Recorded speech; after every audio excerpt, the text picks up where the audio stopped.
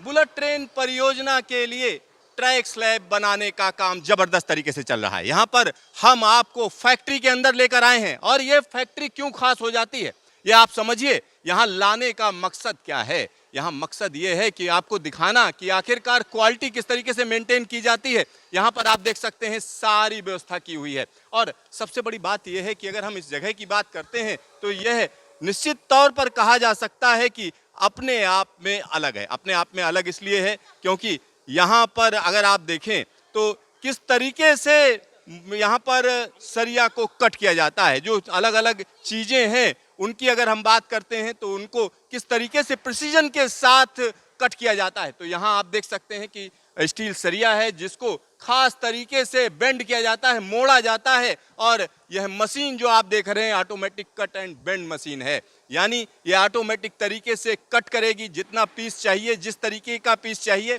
उसको यहाँ पर कहीं ना कहीं उन पार्ट्स को रखा जाता है और ये कंप्यूटराइज्ड है, पूरी तरीके से कंप्यूटराइज्ड है। यानी प्रिसीजन का खास ध्यान रखा जाता है। कंप्यूटराइज्ड होने का मतलब सीधा सा ये है कि इसमें कहीं ना कहीं प्रोग्रामिंग की गई है कि कितना साइज चाहिए, क्या क्या चाहिए, वो सारी की सारी चीज़ें यहाँ पर हैं। आप देख सकते हैं स्लैब टाइप AF55M बार मार्क 8 और कितनी क्वांटिटी है उसको भी यहाँ पर दिया गया है। इसी तरीके से अलग अलग हिस्से यहाँ पर दिखाए जा रहे हैं और यह क्यों किया जाता है? क्योंकि इन हिस्सों का इस्तेमाल कहीं ना कहीं मोल्ड बनाने में किया जाएगा। यानी जो मोल्ड है, मोल्ड के अंदर जो चीज़ें होंगी उनको बनाने में किया जाएगा। तो यहाँ जो ये सारी की सारी जो कटिंग की जा रही है वो किस तरीके से अलग है? ये जो कंप्यूटर से बार बेंडिंग मशीन है, जब हम लोग डिफरेंट प्रोग्रामिंग देते हैं तो प्रोग्रामिंग के हिसाब से जो जो चाहिए हमको डायग्राम के हिसाब से वो कट करेगा। वो कट कर फिर रिबार केज में जाएंगे, रिबार केज बनाएंगे। जो जापान जे स्लैब बनाएंगे, जे स्लैब की मोल्ड हमको जापान से मटेरियल हमको आता है, उसको इंसर्ट करने के लिए एक जापान स्लैब के लिए रिबार केज बनाना है। तो यहाँ पर रिबार केज, आपको हम रिबार केज दिखा रहे हैं, ये रिबार केज है।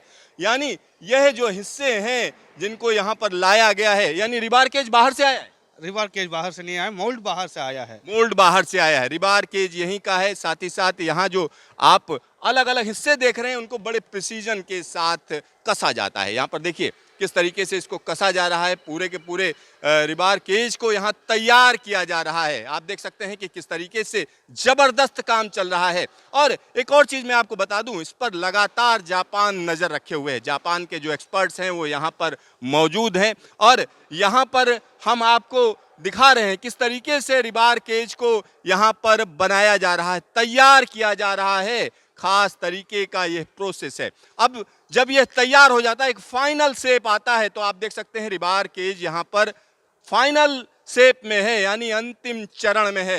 यहाँ पर आप देखिए कि किस तरीके से इसको तैयार किया गया है। तो यह पूरा का पूरा प्रोसेस हम आपको दिखा रहे हैं। रिबार केज के आगे की अगर हम बात करें तो यहाँ पर रिबार केज को सीधा सीधा मोल्डिंग में लाया जाता है। यहाँ पर जब ये रिबार केज तैयार हो जाता है तो आप देख सकते हैं इसको तैयार कर दिया गया है और यह तैयार होके हम कह सकते हैं इसको उठाकर दूसरे जगह पर ले जाया जाता है। तो यहाँ पर जो मोल्डिंग है, हम मोल्डिंग आपको दिखा रहे हैं, ये मोल्डिंग आप देख सकते हैं। ये मोल्डिंग आप देखिए कि किस तरीके की मोल्डिंग है।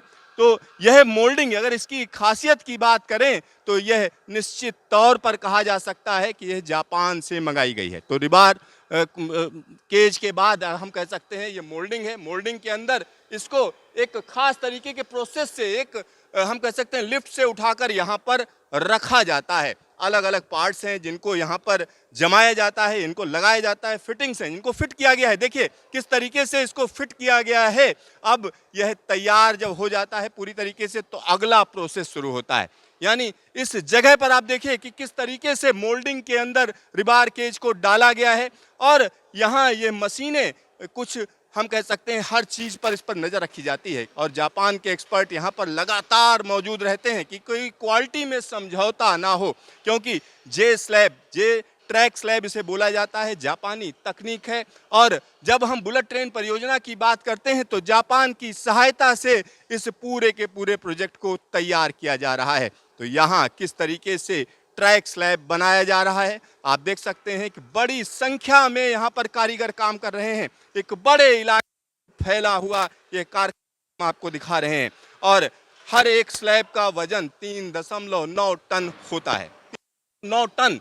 और यहाँ पर आप देख सकते हैं कि अलग अलग जगह पर यहाँ अलग अलग चीज़ें हैं। जैसे यहाँ नीचे की फिटिंग की अगर हम बात करें तो यह फिटिंग खास तरीके की स्टीम को इसमें फेंकने के लिए है, यानी जब यह तैयार होता है उसके बाद इसमें कंक्रीट डाला जाता है और कंक्रीट डाल के इसके अंदर जो है स्टीम से कहीं ना कहीं ट्रीटमेंट दिया जाता है और स्टीम से ट्रीटमेंट देने के बाद इसको अगले स्टेप में ले जाया जाता है। तो यहाँ आपको हम दिखा रहे हैं कि किस तरीके से ये मोल्डिंग है और ये मोल्डिंग इसलिए खास हो जाती है क्योंकि इनको सीधा सीधा हम कह सकते हैं जापान से लाया गया है। यहाँ पर आप देख सकते हैं कि जापान के लोग भी यहाँ पर मौजूद हैं, खास तरीके से एक एक क्वालिटी पर नज़र रख रहे हैं। और एक और चीज़ हम यहाँ पर आपको बता दें, जब पूरे के पूरे प्रोसेस को आप देखेंगे कि किस तरीके से इनको तैयार किया जाता है तो यह प्रोसेस अपने आप में बिल्कुल अलग हो जाता है। यहाँ पर कुछ और चीज़ें हम आपको दिखाएंगे और एक और बताना चाह रहे हैं क्योंकि ज़बरदस्त तरीके से ये काम किया जा रहा है।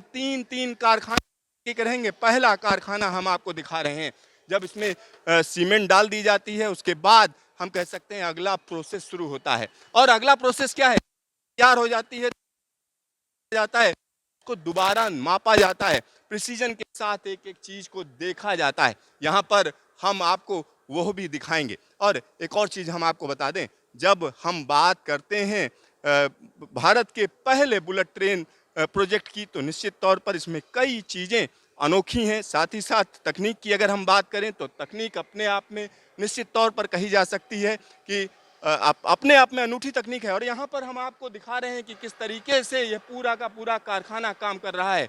तो यहाँ अब अगले प्रोसेस पर हम आपको लेकर चलते हैं।